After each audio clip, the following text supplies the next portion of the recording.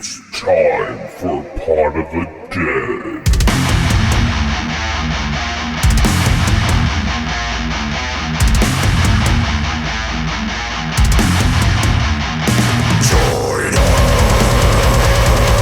It's like, hello and welcome to Pod of the Dead. I'm your host Nicholas, and with me as always are the ladies Stephanie and Natasha. Hi guys. On today's episode, we are covering the 1988 horror, comedy, sci-fi movie, Killer Klowns from Outer Space. Yes, we are. Previous to homework for this week, were you girls aware of this film, or have you seen it or anything? I had heard of it. I knew it existed, but that was really it. I knew there was a title, and I knew nothing else about it. I'm kind of the same. Like, this was my pick for this week. So I see like as a Spirit Halloween having like Funkos of these, and like they have like all the things coming out around Halloween that is like about the Killer Klowns from Outer Space. I was like, I want to see this movie, and I've never seen it, and it was a movie. It was interesting. So this is one of Wesley's like favorite movies, period, end of discussion. Like, he was so hyped when we watched this for homework. Every movie is his favorite movie, it seems. No. And then every food is his favorite food. He is like the biggest hype man on the planet. Oh yeah, and he's Flava of our house. Yeah, the best. Yeah, this is the greatest movie ever. And then next day he's watching something else and he's like, this is amazing. And then sometimes he's not like that, but yeah, he really likes this. He just kept leaning over during this, like, oh, this is my favorite scene. I was like, dude, you have to chill out. Steph has never seen this. Yeah, he wants to share. Wait. Yeah, he wants to share with me. He's like, what about when this happens? And Nick's like, shush, stop talking. Wyatt's like that too. But this is homework. She's not seen it. If she had seen it, it's fine, but she hasn't. Yeah. No, he was so hyped up last night. It was so cute.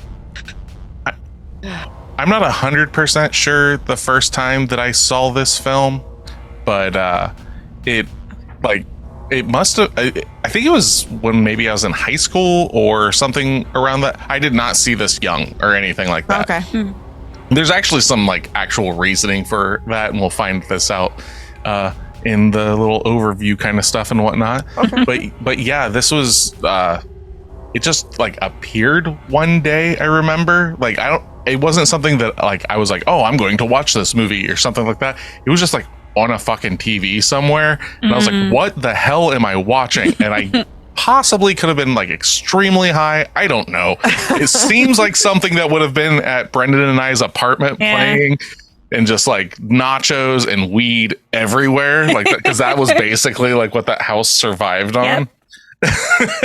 But I have a feeling that that's probably the first time I saw it.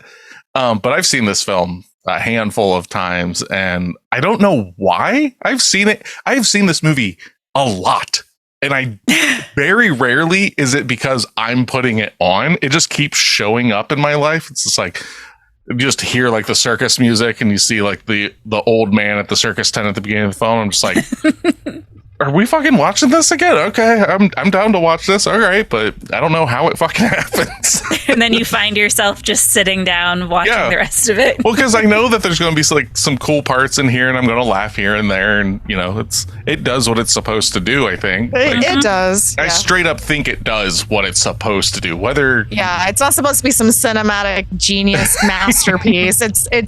It's cheesy and funny and ridiculous. I would love to see a world where this is a cinematic masterpiece and this wins all the awards. Yeah, the costumes are good though. So I mean, those are good. So before we really get into this, Tasha, do you want to tell us what we're exactly talking about? Yeah, it's a 1988 American science fiction horror comedy film, written, directed, and produced by the Chiodos brothers, and starring Grant Kramer, Suzanne Snyder, John Allen Nelson, and John Vernon.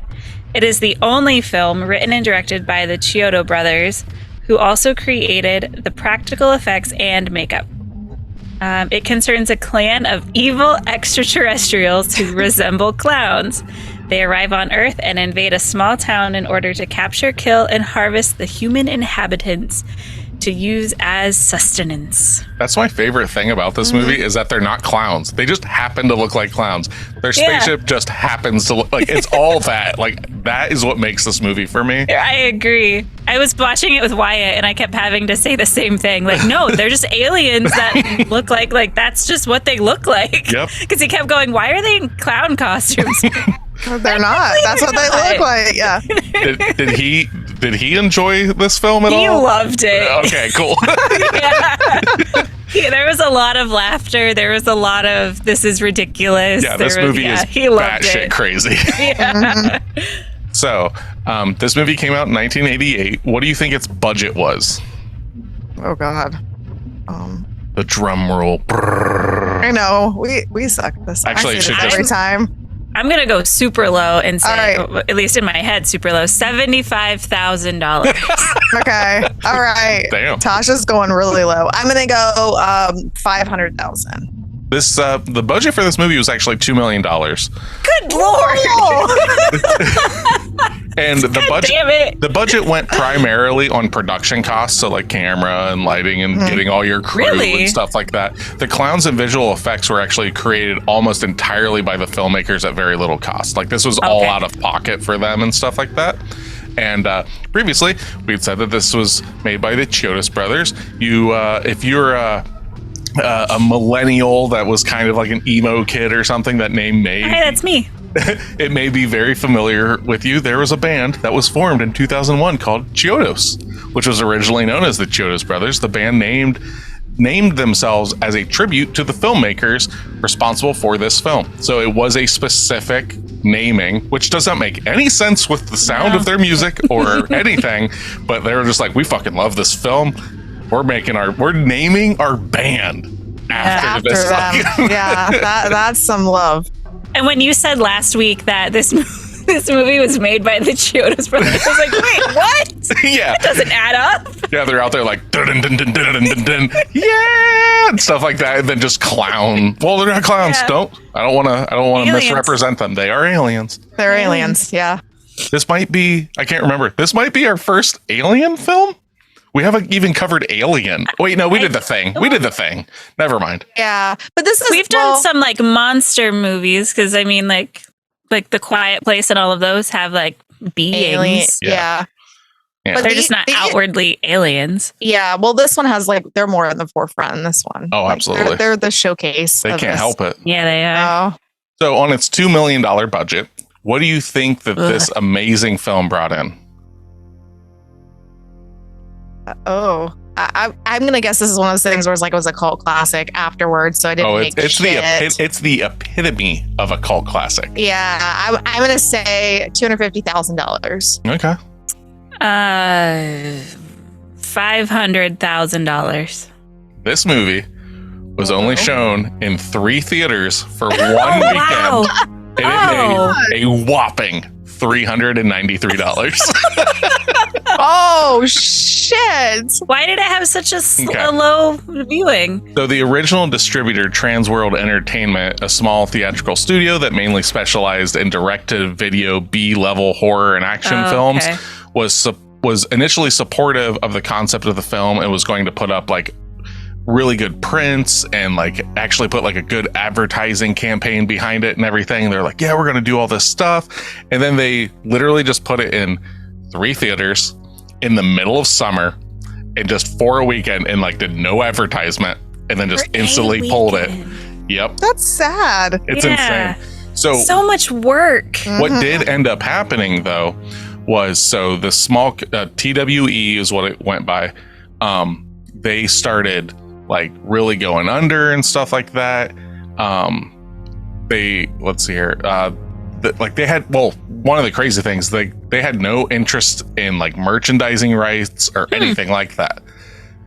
So in subsequent years, video rentals and late night cable showings found a small audience. And in 1993, TWE folded and MGM ended up buying the rights, like all the rights for the film. Of everything they had, or just this movie? The movie, the merchandising rights, everything. They bought the whole kit and caboodle. And in 2001, MGM asked the Chiodos brothers to do a DVD commentary for the film and its midnight movie releases. And the film eventually found a huge audience when MGM started putting it out in DVDs and stuff. So much so that the Halloween Horror Nights at Universal has a killer clown maze that you can go to. Oh, cool. So it definitely was like, I'm not going to say that like if this came out in 1988 and had a good marketing push that it would have been like massive, because it is such a niche film. Like it's so weird. Like I can't see a the world. Gremlins is also weird too. Not like this though. This is fucking strange. Like, cause at least the Gremlins are cute, you know? You're trying to tell me these clowns aren't cute? No. I am 100% telling you that these. Oh, that's so sad. I'm not scared of clowns. There is one that literally just like walks around and looks like a pile of shit. Like he's just like real lumpy. Yeah. Like it's one of those things where it's like they're so grossly over accentuated and stuff. I can understand where people could like get nightmare fuel out of this at a young age because of how over accentuated and stuff it is. It doesn't really fuck with me that way or anything. It doesn't do anything for me. Like it was just funny. Yeah, it's ridiculous. And the fact that they don't really talk is another added like creepy. Yeah, it's all they just make like noise. Yeah. Well, that's not true. He talks one time, but he talks through somebody else. Oh yeah. He does. Yeah, we won't get there. We'll It's not get there. spoiler. It's not really a spoiler, so it's fine. $393. And I checked a lot of different places and I kept seeing that number and I was like, there's no fucking way. And then I later found out that there was a reason for it being, I was like, okay, that makes way more sense. I was just like, I didn't see this movie until we got to, like, I didn't even know about it until we got together. Like, because I didn't spend a lot of time at Spirit Halloween or paying attention to a lot of that stuff. And so, like, this is new to me. And it makes sense because, like, growing up, I don't remember seeing anything about this. So, growing up, I don't remember anything. No, I don't. But definitely not this. I had severe head trauma every year. I just don't remember anything. That's right. Oh, it's Christmas. Hit him with a hammer. Do you by chance have a number, like a more specific number now that it has like a following? You mean of like its gross, like bringing in and stuff? Because it has over the years, yeah. I did see some numbers because it did have some like recent, like really recent. I want to say 2022 maybe. It did like another re-release kind of thing in theaters.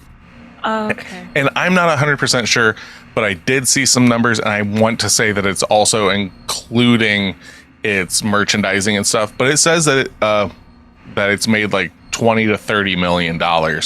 So gotcha. I'm guessing mostly that's from merchandising, because especially nowadays, Spirit Halloween, Hot Topic, all that stuff, it's fucking like literally the last just couple years, it is fucking everywhere. Because I was looking up some stuff and it looked like there was a possible remake in 2020. Does that sound right? Well, there was talks about a remake, but they actually are in pre-production or in production for a sequel that is written and directed by the Chiodos brothers as well. And I believe it's called The Return of the Killer Klowns from Outer Space. There's also a video game coming out this year that is basically one of those like Friday the 13th or Texas Chainsaw Massacre, where it's like one person plays the bad guy and the others play the good guys, and you play online and they chase you around and kill you and whatnot. So it might be more team versus team kind of style, but yeah, I know that's coming out this year, I think. And okay, that might be what I was seeing then. Yeah, but yeah, there've never been any this is definitely one of those things that, like, if the Chiodos brothers were not involved in it, it would not work the same way, because this is another one of those things where it's a creative group doing this, and it hits this really weird note, and if you're not those people, you're not going to be able to recreate that fucking weird little magic that you got. Yeah.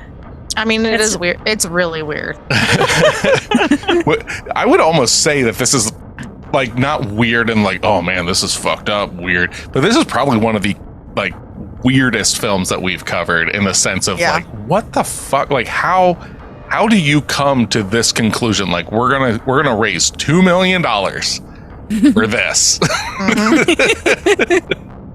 Yep, it's just to see some crazy ass clowns do some crazy ass shit, basically. Oh yeah, and like 1988 for horror was actually a pretty decent year. So like 1988 is the year that we get Child's Play. So our first introduction to Chucky comes out this year. We also get one of my personal faves, Beetlejuice, comes out in 1988. When it comes to like real deal horror, I mean Child's Play is, but like we get Nightmare on Elm Street 4, we get Night of the Demons, Hellraiser 2, Halloween 4, The Blob, Critters 2 comes out this year. So Critters is where the Chiodos brothers like are kind of, other than this movie, is where they're really known because they did all the special effects and stuff for the first 4 Critters movies. And they also did the special effects for what was it called? The Ernest Scared Stupid. Does anybody remember that? Oh my gosh. Yes. I remember that from my childhood. Well, here's something that you probably didn't know about it. All the monsters in that film, for the most part, are just the killer clowns masks repainted. Whoa. Nope, had no idea. That's awesome. And then the stop motion animation stuff in the movie Elf, that's all them as well. Yeah. Wow. So they did a lot of stuff. They were like the puppet, like the head of the puppeteers and stuff for Team America, the puppet movie from the South Park guys. Okay. America, fuck yeah. Oh so like that's what they're known for. That's what they're known for is like really weird kind of special effects, practical effects stuff. Cool. And yeah, and then this film was like, hey, let's just fucking throw everything at it. And it's crazy. It is such a crazy fucking movie. It is. But I love that it's all them, like produced, directed, like it's like their labor of love instead of like doing stuff for other people. Like you can see how crazy they're allowed to like let themselves be. well, and that's kind of like if we go back to like the Void was kind of like that too, where it's just like we really like this, and like they called in favors and people were just like, fuck yeah, this sounds crazy as hell, let's do this, and they just kind of start smacking shit together and it's like, this is what we're going to do. And for me, and it's not even that I know that stuff going into the film, obviously I don't do that kind of research before I see a movie, but like when you see a film and it's really cool, then you find that stuff out, it makes it more like that labor of love. You can tell that it's not just people like, all right, let's just make this fucking film. You can't make Killer Clowns from Outer Space and not fucking just be like on board. Like let's do it. Yeah, this is going to fucking bomb. I don't care. I'm about to have some fucking fun. Yeah. But yeah. So, this is a movie club. We're gonna start to get into spoiler territory. Yes, we are. So, at the end of this episode, we are going to put up homework for the next episode. So you can watch it with us and come back next week and listen to that episode, and we'll talk about that film. But if you've seen Killer Clowns from Outer Space, you can follow after the spoiler warning and listen to us talk openly about it. If you haven't seen it, this is streaming on Amazon. That's how we ended up watching it. It's probably rentable elsewhere and stuff like that.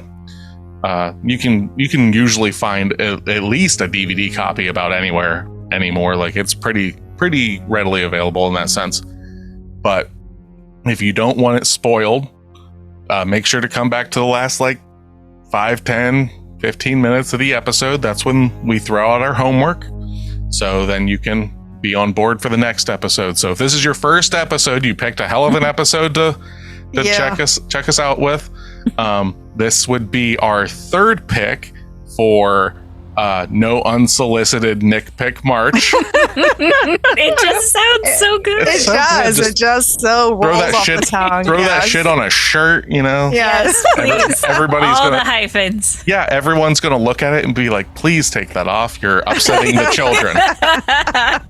And we'll say, you don't understand how important this month is to us. This is right. It's right there. It's so close to my heart. So, I'm doing. This is a lot.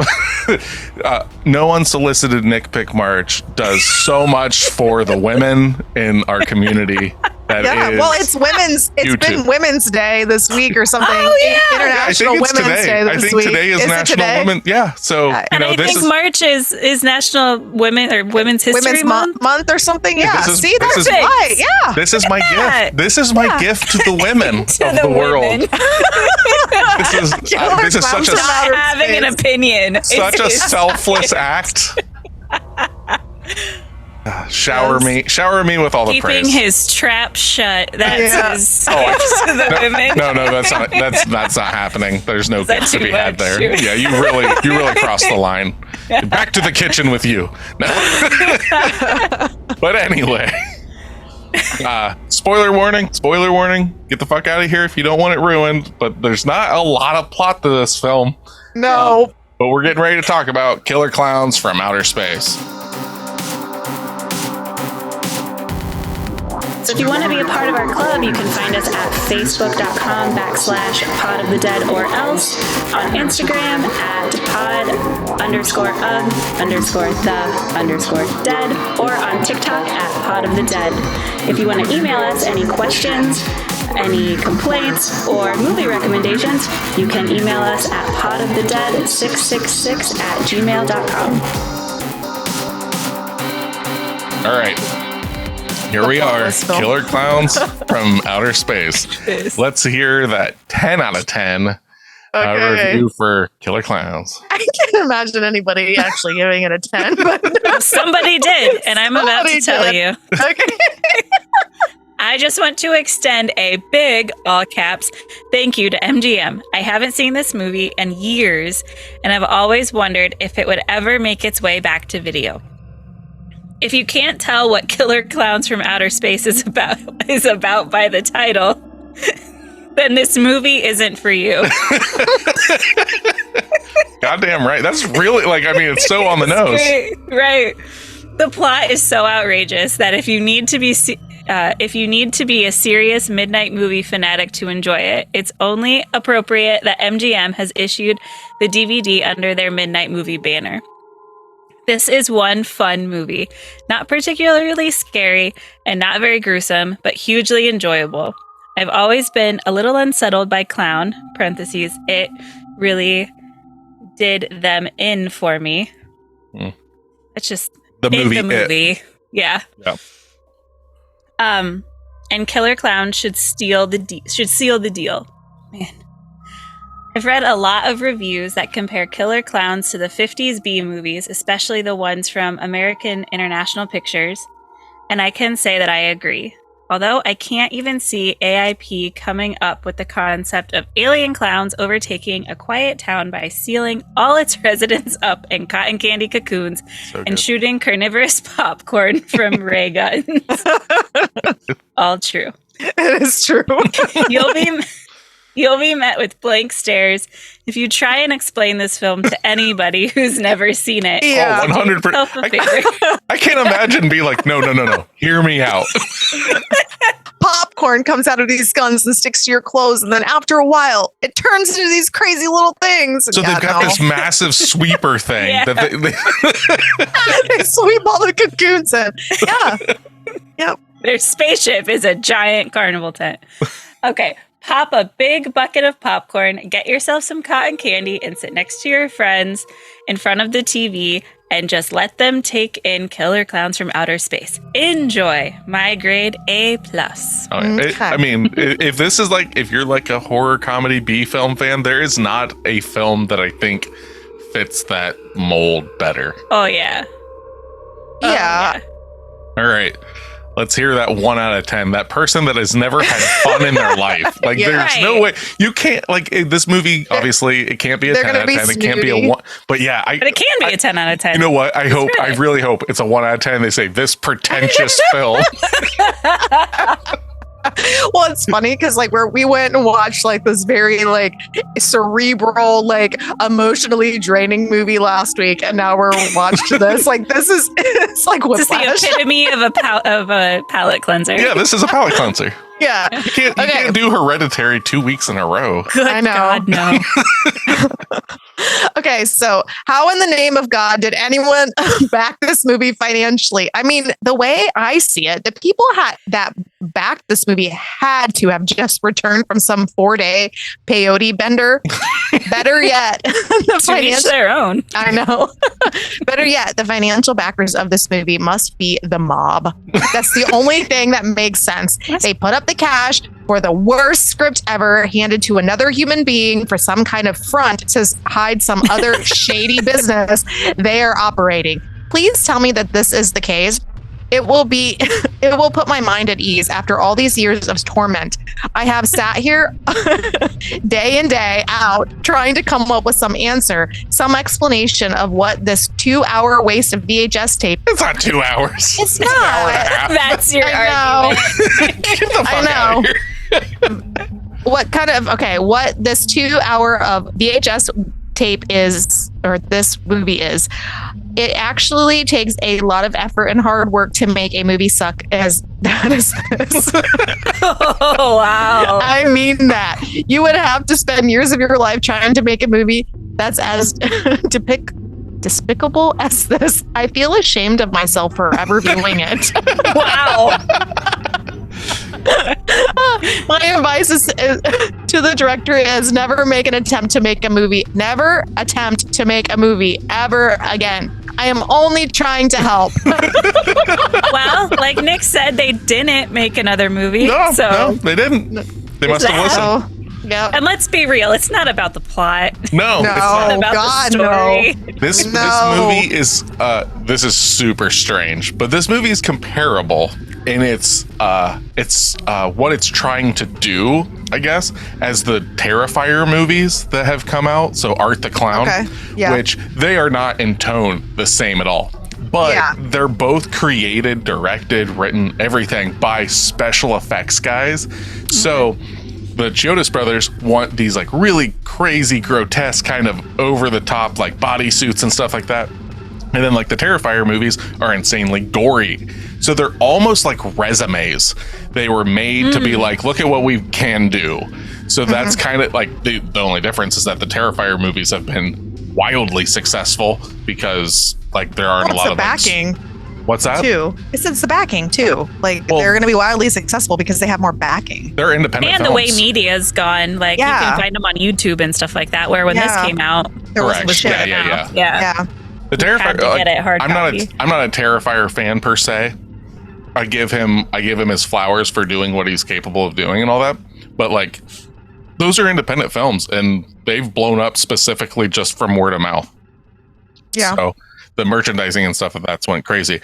But it's funny that they're both like clown films. They're both like weird special effects resume films, and yeah, if you it's think crazy. about it, there's not a whole lot. Like I'm just thinking aloud here, other than it, because like that's just a classic. But that was also created by another person. It wasn't like a special effects team creating it. It was created by an author. So, but if you think about it, like I can't think of like very many clown movies that are like at all. I mean, there's like 4 clowns that come to mind. Well, 5. There are 5 clowns that come to 6. There are 6 clowns that come to mind. I'm just making a massive. Is there 7? No. There might be 7.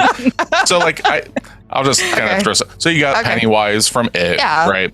That's the only one I can think of. And then I think of like Art the Clown from the Terrifier movies because he's fucking everywhere. Oh yeah, but I didn't watch that. So. The Killer Clowns, like because they're so noticeable and everything. Shaggy, Too Dope, and Violent J from ICP. So we're going out we're of going to music. now. Okay. Yeah. Okay. Bozo the Clown. Oh, jeez. There was another one I forgot. So Is there a clown in Slipknot?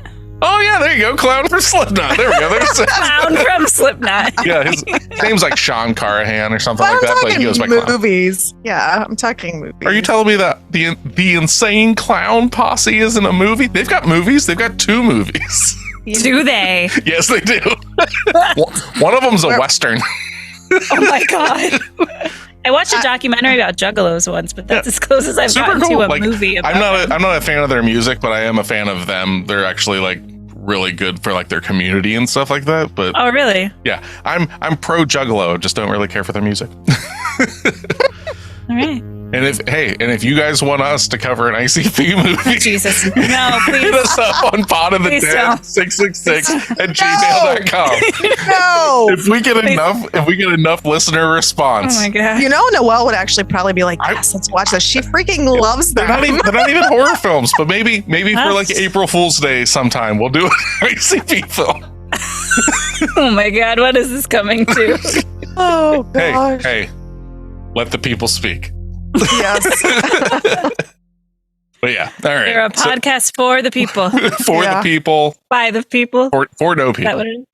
Yeah. So anyway, Okay. I don't even know how we're supposed to talk about this movie. It has clowns. It has, like, I have to say, when this movie started, Wes told me, he's like, it's really sad at the beginning. And I was like, oh shit, I'm waiting for something. The dog is taken. And I'm like, that ain't sad, but I can understand where a kid would think that's really sad. Yeah. And then, like, honestly, I expected this movie to have worse effects because of its age and because, like, I was like, these clowns aren't going to blink. Their mouths aren't going to open. Like, I figured they weren't going to have a lot of different aspects. just but they straight did. up rubber masks is Yeah. what you thought. No, they're Yeah. full. They're like full animatronic They're full. masks. I know. How? I know. I was so impressed by that. Like their ears even move. I know.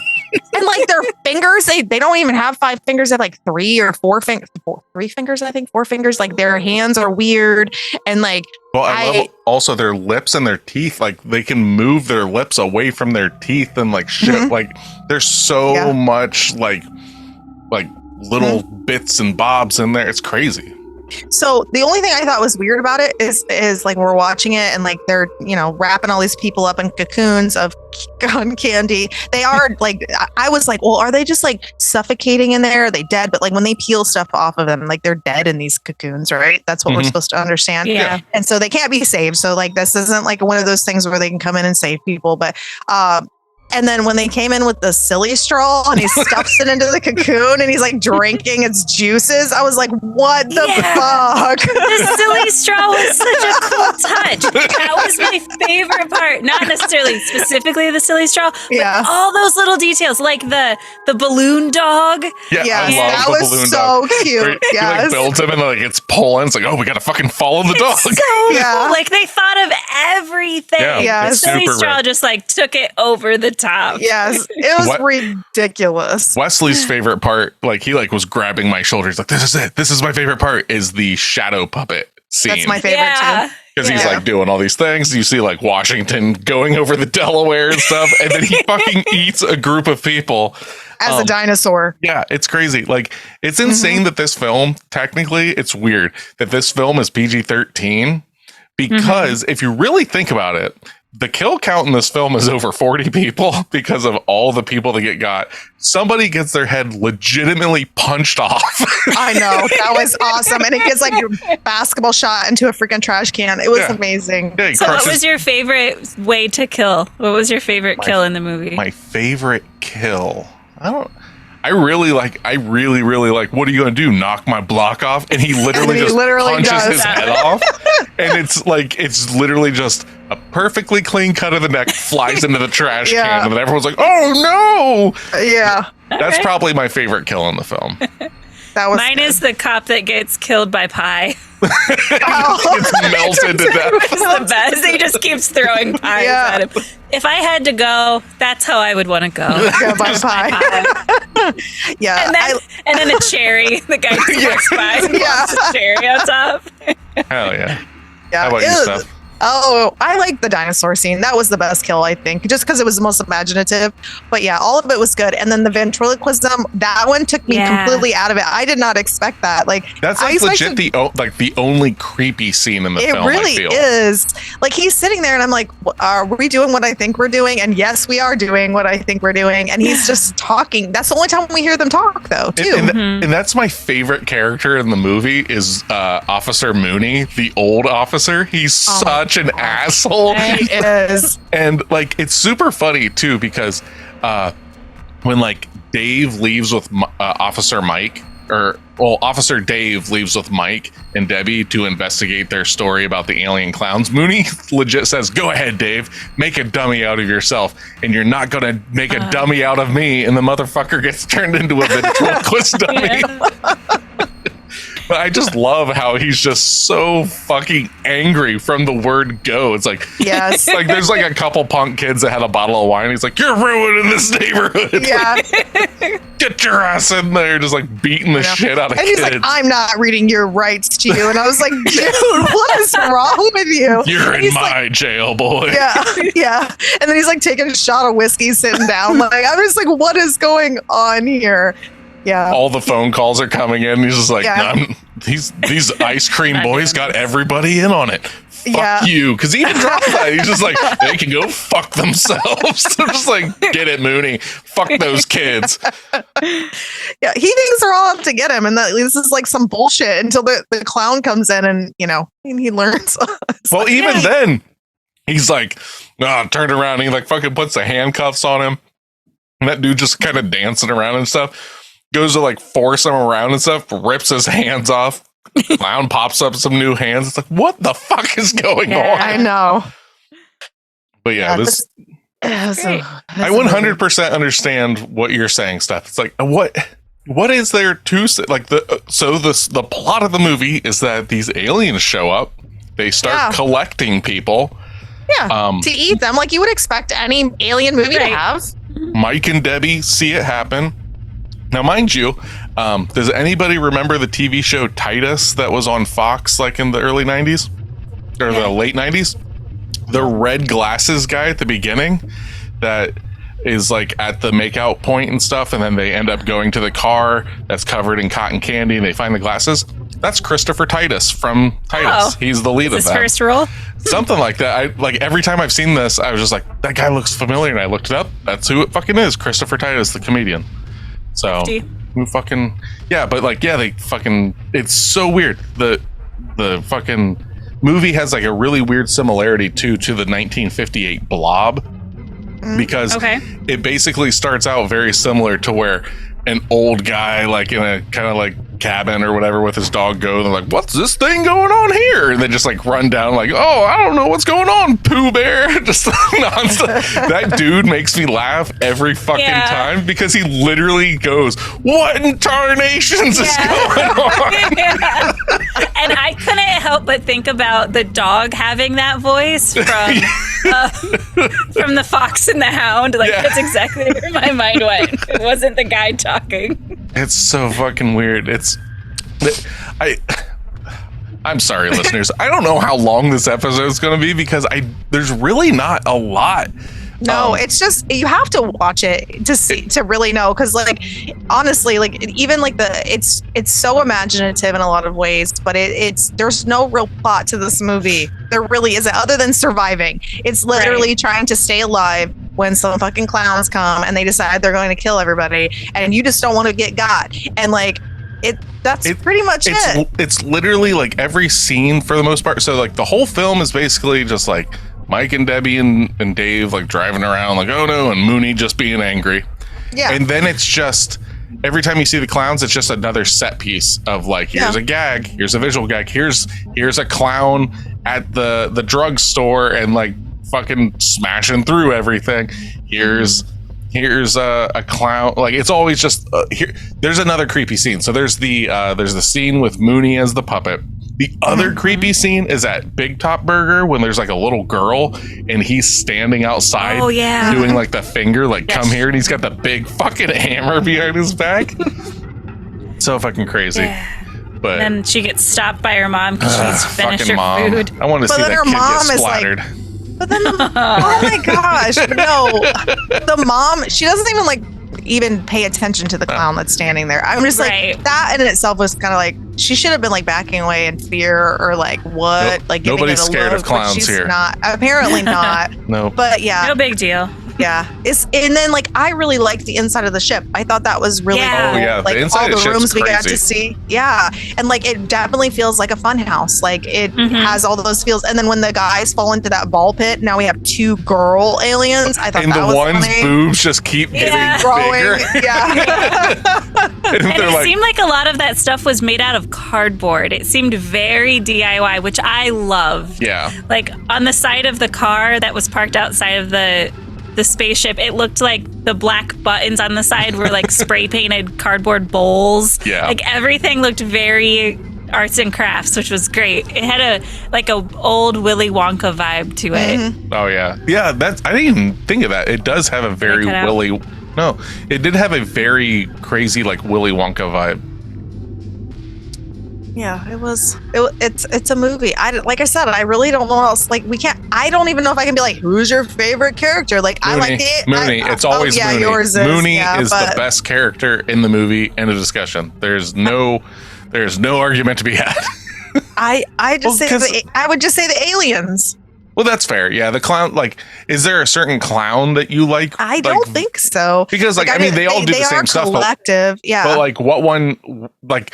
Mine, like my favorite one is specifically the small one that's riding the bike because he's the one that also then punches the head off. Mm-hmm. So, but like, it's basically like, which one's your favorite makeup or your favorite like get up or whatever? There's just a lot of them. And then at the end, the only thing I didn't like about this movie, and we talked about this a little bit last night, was that at the end, it was like the boss, like Wes called it the boss of the show, you know, like the coming down. Yeah. And I just kind of, I understood like the necessity behind it, but I was kind of like, meh, I liked all the other parts better, but I mean, it was cool looking, but it was like, we already got we got a guy melted by pie. I mean, that was cool. And then like all of them fitting into their clown car and like all those cool little unique things. And then I do think it like definitely fit into that PG-13 feel when like almost everybody that was important in the plot survived. That was a good person. Yeah. Mm. So that was the only thing I was kind of like, Clownzilla there at the end originally was supposed to be stop motion animation, but due to production costs and stuff, they just made a suit instead. And it's actually one of the Chiodos brothers that is in the suit. And okay. Like, yeah, it's really weird because like it's just a bunch of fucking aliens that happen to look like clowns. Mm-hmm. And shit happens. They end up on the spaceship. And yeah, the spaceship has this really unsettling thing for me because it feels legitimately like a like late 80s early 90s neon nightmare that I probably had as a child because there's so much weird funhouse stuff. But yeah, like it's not that it's like scary, but it like does something in the back of my brain that's like very unsettling when they're trying like running through there and there's all this weird patterns and like the color grading is really it's so neon. Like, but yeah, like, and there really isn't like shading to the colors. They're just like they're just bright and harsh and solid. Yes, it's almost like the Tick right here behind me. Just fucking blam. So I keep trying to look up. I wish I knew how long it took to make one of those suits because there were 40 different clowns in that. So that's 40 different costumes. That's fucking nuts. Yeah, because like you usually like there's like the 5. I think it's 5 is like the core group that you see. But then there are like big sets, like scenes and stuff where there's just a fuck ton of them. Yeah, and if you go like out in California, they have like their own like production or their special effects studio, the Chiodos brothers do. And I guess one of the first things you see when you walk in there is a full done like fucking killer clown like get up. That's like cool. Just that's right cool. As you walk in. So, that'd be dope. Like I would straight up be like, can I kiss it? I want my picture like with my arm around it. Yeah, it's one of those weird things. It's like I don't think that this film is necessarily like only horror fans like it and they found it, or it's such a weird, it fits like kind of like you said, like Willy Wonka, right? The first like Pee Wee Herman's Big Adventure, it's kind of in there where it's just like, it's got some stuff that could like creep you out a little bit as a kid, like Large Marge in that film, like fucked up a lot of people and stuff like that. So like, it's just that really, they don't make films like this anymore. It's just weird. It's silly. Yeah. Yeah. And it's always like these really weird, because like when I think of movies like this, and this isn't, I don't think they're similar in any capacity. I think of like The Labyrinth and like how that stuff's just very different. You don't see a lot of movies made like that anymore. I think the 80s, maybe early 90s definitely had like its own specific touch. Cause I think like what Pee-wee's Playhouse came out in like the 80s and like, And I know The Labyrinth came out in like 1985 or 86. So like all of those movies, and Willy Wonka's older than that. I think that's the 70s. In the 70s. The 70s. But yeah, they have like that. It's just a different feel than what we get now. To me, it's that steadfast fucking heels in going, no, we like making costumes. We like making rubber masks. We like stop motion animation. And there's something to that, like that is undeniable. Like I am so much like CGI, unless it is a massive big budget film, like a Marvel film or like Dune and Star Wars and all that stuff. Obviously, you can't pull Avatar. We're not talking about that.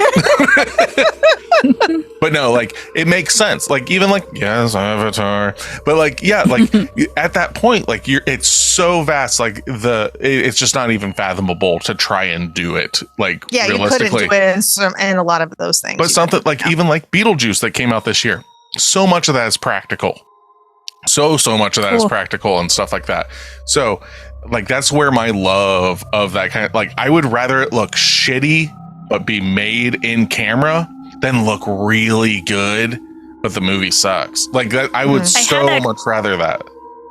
I had that conversation with Y actually, because when the movie started, he talked about, oh, this is an old movie, so the graphics don't look good. So I had to explain to him, like, dude, no, this is all handmade. And he, like, his eyes lit up, like, whoa, really? And yeah, like through this podcast, like a lot of these movies that have practical effects, I wouldn't have watched on my own, but having to watch them for homework, I'm really finding an appreciation for that talent. Yeah. And it's funny that you mentioned Dune. I watched Dune Part 1 soon after watching Killer Klowns, and I was sitting there with Drew, and like Dune is a beautiful movie. Yes. We'll just say that. But I almost felt cheated because so much of that is CGI. Correct. After watching something that is so practical. Yes. You almost feel like it's just not the same. They're not even close to the same. And it's one of those things of like you were saying, arts and crafts, right? There's like, you can't really compare computer programming. Right. That is an art. That is an art. Right. CG is an art, right? But you can't compare that to somebody like, even though you're doing 3D render sculpting on a computer, and you're doing sculpting with clay and plaster and silicone and stuff to make this stuff, the end all be all is a visual medium that can be compared, but the artistry going into it are different. Like there's a physical and there's like I don't even know what you would call it, like, because they're both mental, they're both technical, but they just go down different streets for different things, and they can both be appreciated, but I don't think you can really compare them. Yeah, I agree. And my biggest thing is, what ages better?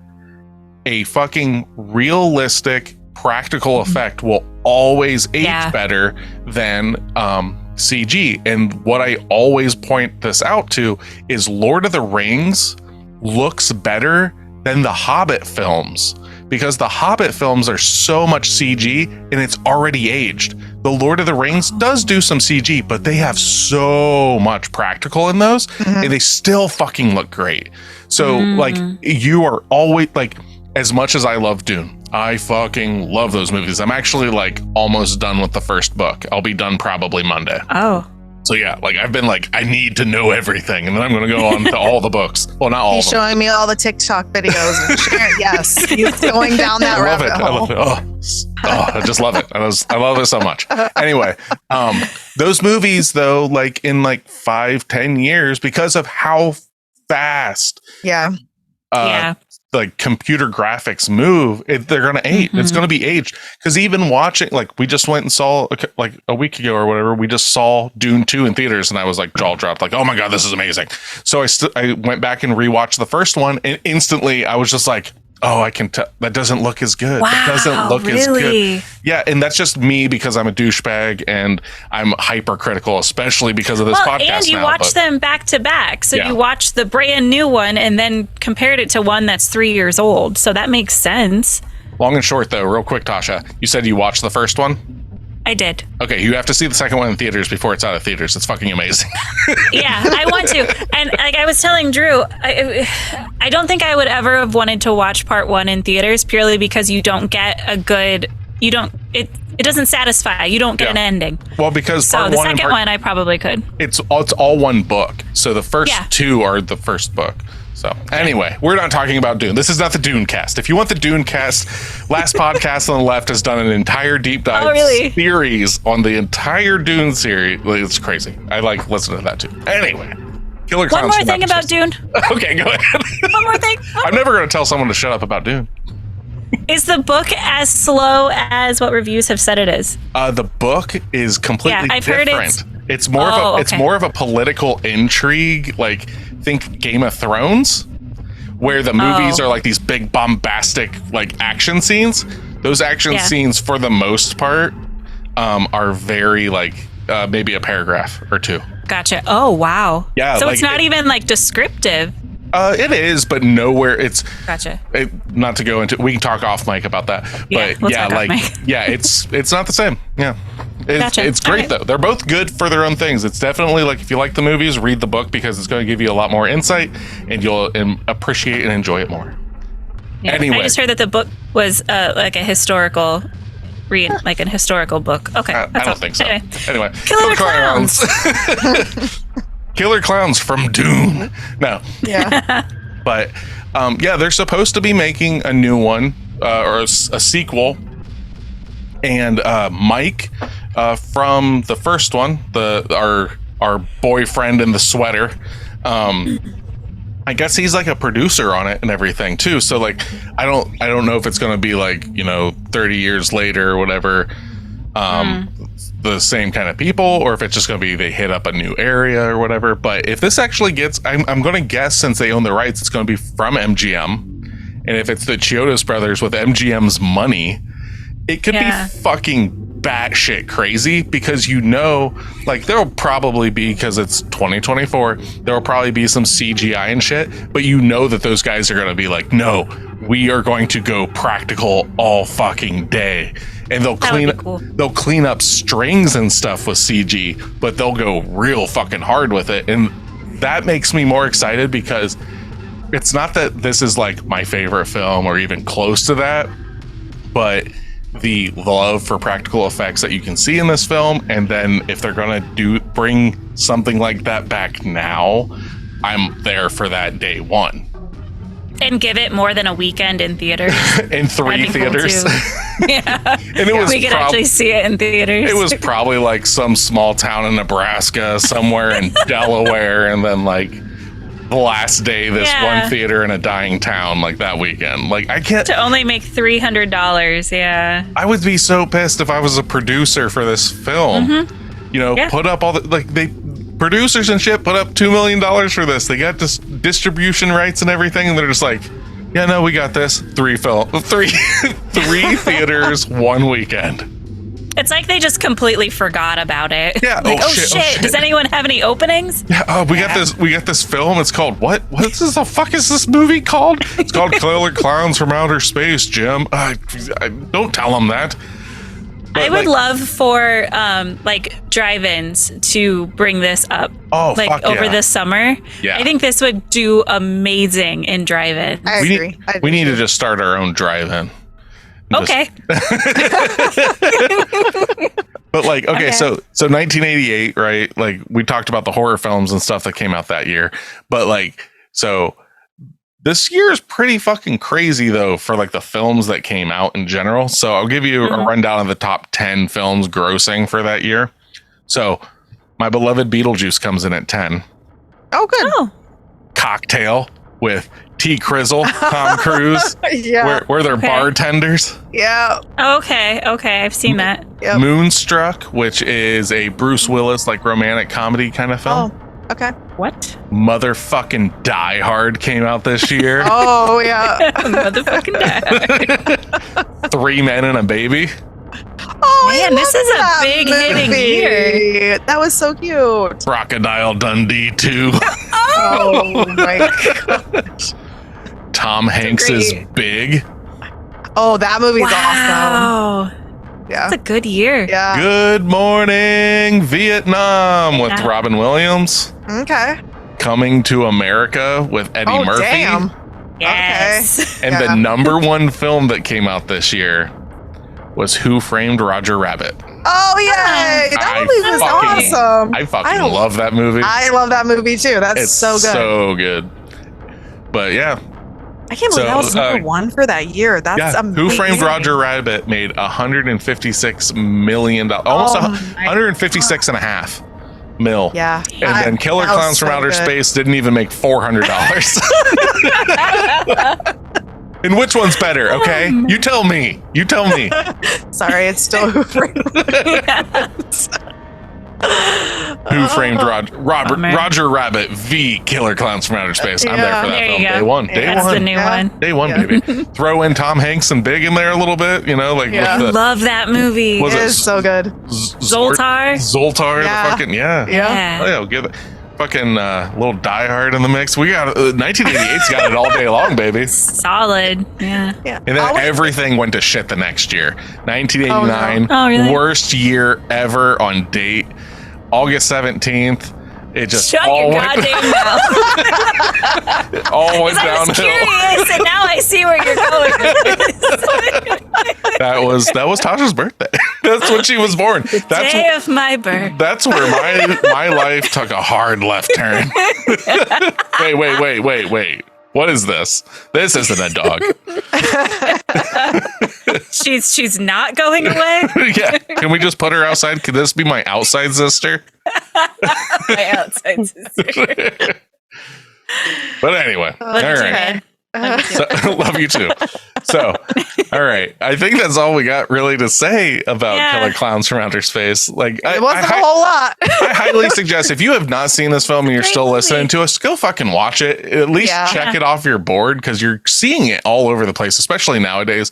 In like, it really had a pop culture like a big one renaissance, like or resurgence rather. Yeah. So do yourself a favor. It's only an hour and a half. Don't take it so seriously. Just know that you're in for a no shit plot. show. Yep. And some interesting ridiculousness. Yes. Yeah. I'm definitely reaching out to my local drive-ins to see if they can get it. Oh, hell yeah. You tell me if that happens and we will all show up. Yep. Yeah. We'll be Fuck there. yeah. That'll be a good time. I'm a snuggle. I'm gonna snuggle in some drinks. Dude. But yeah. So you girls ready to get into our review territory? Yeah. Yeah. All right.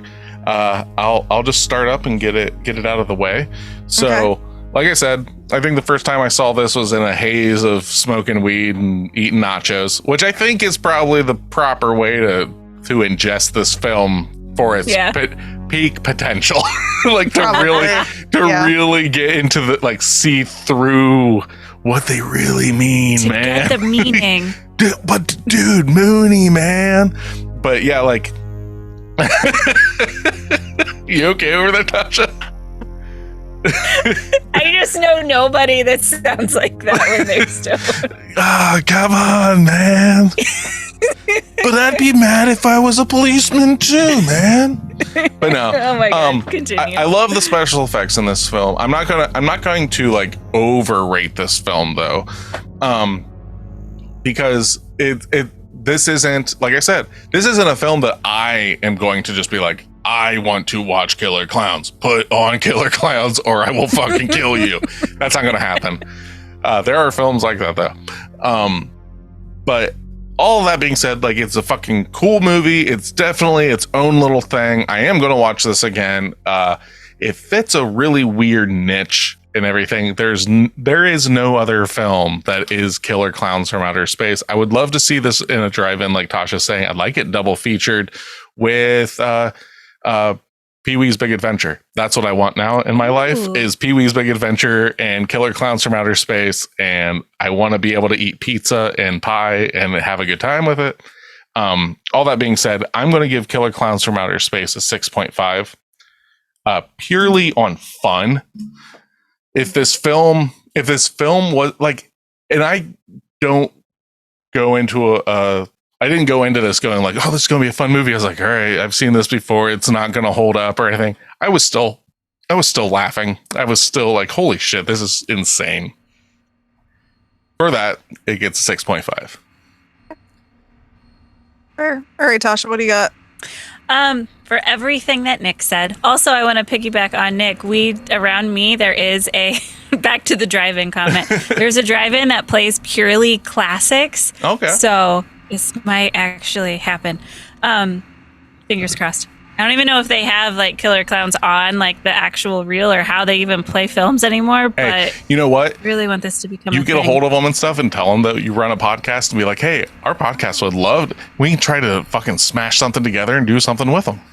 Do like live on scene. Fuck yeah, that'd be awesome. Anyway, so this is a really fun movie. Wyatt really liked it, which is kind of saying a lot about the movie, that an 8-year-old enjoyed it. Yeah, it's not one that I don't think I would necessarily put on, but if it was on, I would totally watch it. I would watch it again. It's fun. It's endearing. It's silly. I'm going to give it a 6. Yeah, that's fair. Okay, yeah. And I don't have anything to add at all. Like it's a aliens and not much that to look say. like clowns. And Is this your favorite alien movie? No. Yes. Oh. Is it, Tasha? Your favorite alien movie?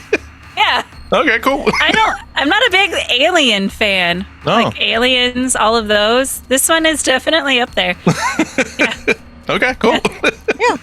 I'm just gonna say that I'm sticking with my rating I had last night. So talking about it always gives me in that like area where I'm like, well, maybe I want to rate it higher, or maybe I want to rate it lower, but I'm just giving it what I gave it last night. So I'm gonna give this a 5.5. I think it's a movie I would rewatch. It's not a movie I'm ever going to love, but I am going to appreciate, and I don't hate it. I think it's if it was below a 5, I definitely would never rewatch it. So I think it's definitely in that realm, and yeah, it does what it's supposed to do.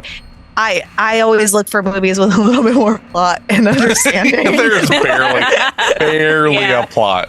Yeah. And that's really the biggest deleter is there's just no plot. There's no reason, no nothing. Yeah, it's just kind of, it's just there. I think if the film was, like, I don't want to say like more well thought out, because it's fucking thought out. There is a lot of thought in here, but like, I think realistically, if like there was just a little more going on when it comes to the humans and stuff, and like, because there's like the big chase scene in the spaceship at the end, which is like really good. The rest of it is just like, here's another scene of it happening, here's another scene of it happening. If it was more cohesive and stuff like that, it would work better.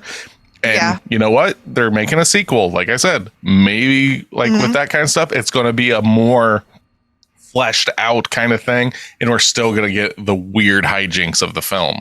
Yeah, maybe. Like I said, it does what it's supposed to. It was cute. I'm glad that I recommended us watching it just because I hadn't seen it before, and it was to check it off the box. Yeah, exactly. Yeah. So that's it. So what's that give us, Tasha? That gives us a 60. A 60? Which sounds low, but with the caveat of it's still a good movie. Well, yeah, because like realistically, okay, you can't suggest this film for everybody. No, if you're in the mood for this kind of film, you're more than likely going to have fun with it if you know what you're in for. Like if you're going, like if you're a big snob or whatever and don't want to have fun, you're not going to have fun. You have to go into this being like, this is going to be stupid in the best possible way. Like this is the embodiment of a B horror film. Yes. It's so outlandish. It's so overacted. It's so ridiculous. You get, like I said, you get like shadow puppets. Well, you even get the one where it's like a little puppet stage and everything, and then the clown comes bursting out of the little stage. It's so over the top. But it's always just set piece, but with like almost no cohesive narrative other than they're here, deal with it. That's true. And then it's like this weird like love triangle kind of like with the humans a little bit with like the ex and the current boyfriend, and then the tension between them, and like I didn't feel like that was necessary, and like there's just little bits and pieces of that, and then like how the one guy dies from like being piled on with pie, but then they get pie thrown at them and nothing happens to them. So like it was just like these like loosely rules kind of stuff, but it was fine. Like I don't that didn't bother me. It was just, because the movie, like, it's one of those things where it's not trying to be serious, so you don't go like, well, I could hear the boards, because that's my thing. It was like, this movie's not trying to be A Quiet Place. It literally is just like, hey, here's some guys in an ice cream truck driving around being weird as fuck, and shoot this fucking movie. We got some rubber suits, go. Yeah, that's where we are. Well, yeah. So yeah, 60. You're more than likely gonna like this. The people that aren't gonna like it would have never liked it to begin with. Like, the name would have told them they didn't want it in for it. But like, if you don't like Evil Dead 2, you wouldn't like this probably. Because Evil Dead 2 feels like, to me, in the terms of like ridiculousness and like, even though I like Evil Dead 2 better, I think that, it's kind of in the same vein. Like, it's just over the top acting. That one has a little bit more plot than this one does, but like, yeah, it's just crazy. They're goofy. It's like goofy. Yeah. It's almost like what was it, like the Three Stooges? It's just kind of really fucking like, what the fuck is going on? So, but in a darker theme. Yeah. So that's our take on Killer Klowns from Outer Space. So now we're going to go into our final movie for No Unsolicited Nick Pick. March. I'm so sad it's almost over. It is almost over. And are we going to talk about the things that we got into this week? Yeah, we can. I'll throw out what's for homework, and then we can talk about what we got into this week. Okay. So homework for the next episode is a Tasha pick. Yep. Yes. I have never seen this film. Stephanie has never seen this film. And we are going to be watching Infinity Pool. Okay. All that I know about this film is it's got Alexander Skarsgård. It's got Mia Goth. Okay. And I think it's Brandon Cronenberg. It's David Cronenberg's son. So the guy that did The Fly and stuff like that. It's his son is the director of it, and I think it's Brandon. But I own this. I've seen his previous film, Possessor, which is an absolutely insane, like, sci-fi kind of horror film. It's fucking nuts. So I know what he's capable of. So I know that this movie's gonna be fucking weird.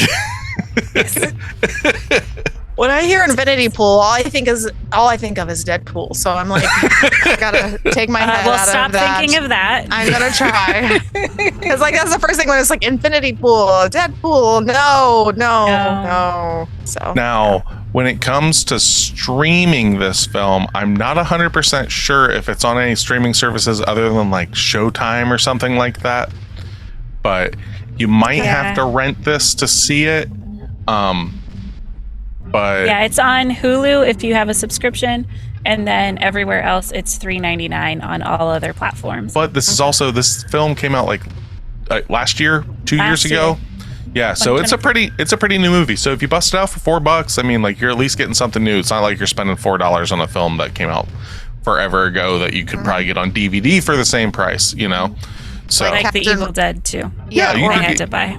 Yeah. I cannot believe that you had to rent the Evil Dead. So many movies I think Buffy I also had to rent. Well, I bought that on Blu-ray because I thought it was going to be like my childhood revisited, and that motherfucker got sent back. We don't speak you'll at of least Buffy.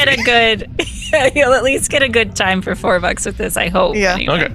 Okay. So to kind of go back though, Tasha, since you brought up Hereditary for this month, is Infinity Pool gonna wreck Stephanie or I emotionally? Oh no! Fuck, Tasha! Christ! I'm over here like being nice, like, hey, let's watch Killer Klowns from Outer Space, and Tasha's like, let's throw you in the fucking deep end. Possibly, there are some scenes. It's a messed up movie, but I have a movie for you. It's called Relive Trauma. Yes. I had to hard pivot from Oculus and Strangers and Hush. other one and Hush. So it's like, I do like good movies. No, it has nothing to do with good, bad, or anything like that. My whole thing, I literally thought you were just gonna be like, yeah, no, it's not like Hereditary, and then you're like, oh well. I mean, it's not like Hereditary, but it's also not It's heavy. It's not Killer Klowns. It's not easily digestible. It's weird, and that's all I'm gonna say. Cool. Okay. I'm excited to watch it because, like I said, I bought it after watching Possessor, buying Possessor. So I was like, I want to see other films that he's done. He's only done the 2. So I was like, all right, I'm gonna check this out. And then it just hadn't happened. Then once you threw it up on the list of stuff to pick through, I was just like, we'll throw that on there. It gives me a reason to watch it. Mm-hmm. So. How do you feel about dropping the In a Nutshell from Google? Have you ever seen those? What are you talking about? So, like, when you Google a movie... My brain, what? I look at this all the time. So when you Google a movie, one side of it will give, like, the IMDb, like, score, the percentage, where to watch, and then In a Nutshell.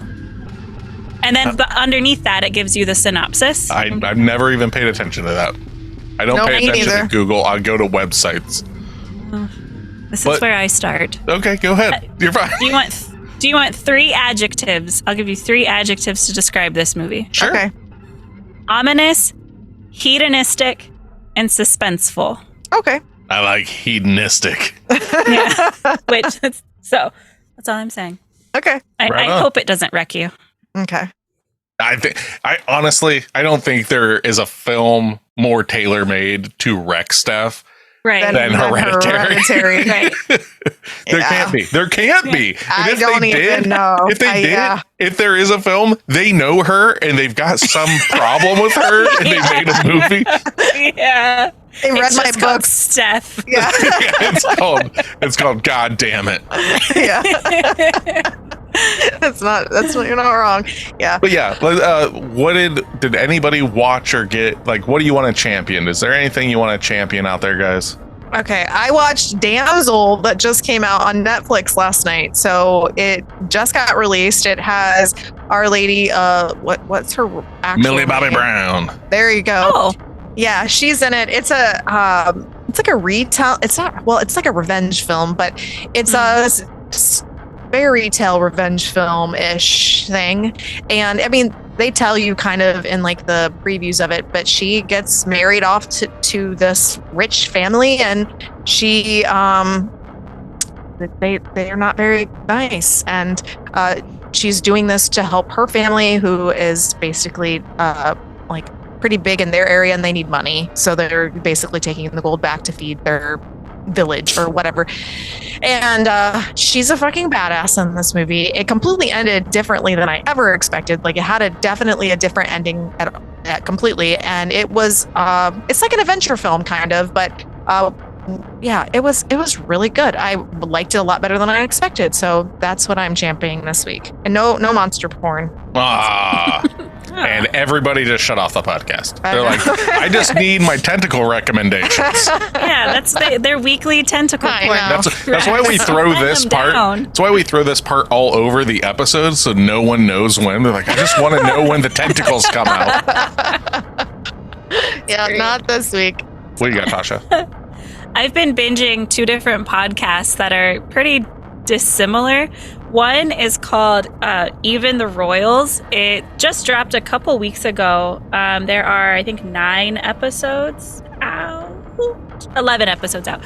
And it's just like stories of different like royalty, a lot of queens. The first episodes that caught my attention were Marie Antoinette, and it's her story in 2 parts, which was really cool. So it goes into like the real history, but there's also some like creative license to the storytelling. But they do like deep dives of different royals. So that one's really cool. There's one about like King Ludwig of Bavaria, who was like the artsy king. And I don't know. We have a board game. It's called, what is it? Mad King Ludwig or something like, I can't remember. Yeah. But that's what it is. It's what is it? But you're architects. You're building castles. Building castles. He really did that. That's what it's called. Castles of Mad King Ludwig. That's what it's called. Oh. There's a board game that's built around that you literally auction and you buy bits to like build your castle because you're trying to sell him on it. That's awesome because that's what he did. He would go around build that's based on true story. Well, next time you come over, we'll play it. Yeah, I love that. The other one isn't as exciting. It's called Sounds Like a Cult. Oh hell no, yeah! Tasha and her cult. but no, get this. It's all a lot of it's businesses or like social groups. One of them is like the cult of the PTA or the cult of Lululemon. So it's all of these or the Catholic Church.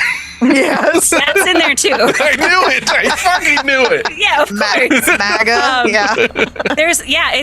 It's anything, any group that isn't like your typical like cult. Yes. But it gives you like, you listen to like stories of people. One of them was Amazon and like people who used to work at Amazon, stuff like that. And it gives you this breakdown of, I can't remember, but there are like 3 different levels. Like, you know, watch your back. It's a cult, but like you're okay. You can keep living your life, all the way to like get the fuck out of there. Well, and it's really cool. It's one of those things where it's like when certain things like that start picking up and creating their own language.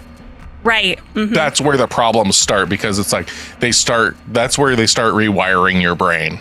And they're like, you know, like, oh no, like we're a family, all that kind of bullshit. Yep. So I was just listening to the cult of Lululemon, and that's exactly what they started talking about, was like different terms that they use and mandatory this and that you have to do. Well, yeah. If you're into any type of cult things, that's probably in there. I don't know. Well, that whole idea of like we're a family and stuff is so close to a cult, because it's about separating you from your family, so you only listen to the leader. So like that whole the cult of capitalism, all that kind of crazy shit. Mm-hmm. There's even so much as the cult of pickleball. Oh, yeah. It's over everything. That's cute. So if you want a good laugh, a lot of them are kind of just like, oh yeah, really, that I do fall into that category, or I never noticed I was so far into XYZ, whatever it is. That's cute. So I forgot that I left my family for pickleball. Yeah. Mine's short and sweet. I've got 2 things. One we kind of touched on.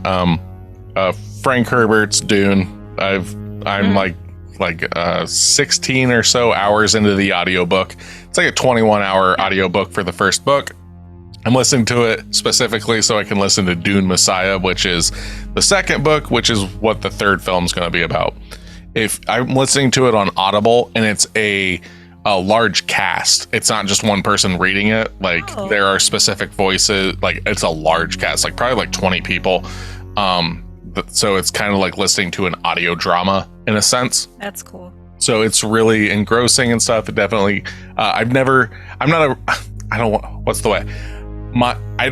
diagnosed with ADHD. Steph is very well convinced that I have ADHD. He does. So reading to me is a struggle because it doesn't hold my attention, but I'll listen to an audiobook all day long. So I'd always wanted to read Dune, so now I'm doing it because I've watched the first 2 films and I knew that there was more to it, and watching those films doesn't do you any service to like what it is. Like the books are I can only say the book. The book's fucking great though. Then I have a music recommendation. If you like a lot of the crazier shit that I mentioned and stuff, there's a band from Chicago. They're called Meth. Of course. METH. Their second album came out in early February. I've been looking forward to it and then forgot about it. And I just found out about it just the other day. So I've been listening to it. It's called Shame. It is, this band makes very, very heavy, uncomfortable music. Their albums are very emotive. So like their first album, I can't remember the title of it right off the top of my head. I believe it's like The Mother of White Light or something. And the album is literally about a cult. It's like a concept album about like being sucked into a cult. And I haven't read a lot about the new album or whatever, but they definitely have like these very heavy themes. So like the album cover is like a hard red on black, like kind of like a negative looking of like a mother and a father like walking through a field with a child, and then the album is just called Shame. So I'm not 100% sure what the album is about, but it is heavy, it is dark, it's oppressive, it's very emotional though. If you like bands like Daughters or Gaza and stuff like that, like really just kind of atonal, dissonant kind of hardcore metal in that, check it out. It's it's not everyone's cup of tea. I don't listen to a lot of things that are everyone's cup of tea, not on purpose, but that's just the way my brain goes. I like that thing. So, yeah, the band is called Meth with a period after it. Meth period. Yeah, the album's Shame. So it's on my list of my top albums of the year. I always have like a big Spotify playlist that I throw songs on to go through later on in the year to figure out what my top 10 or 20 is for the year. And it's definitely going to be a contender for the year. It's pretty cool. Cool. Nice. But yeah, so that's what we're championing. But also, don't forget about homework. Don't you dare fucking forget about your homework. So you can come back and listen to us next week. We're going to be covering Infinity Pool. Tasha's not Deadpool. Pick. Not Infinity Deadpool. Pool. No. Sorry, Steph. Yeah, sorry. Well, Alexander Skarsgård is in the third Deadpool film now. And it takes a hard left. Hard left. Just like in August 17th, 1989. For Pod of the Dead, I am Nicholas. I'm Stephanie. I'm Tasha. Come back and listen to us, or else.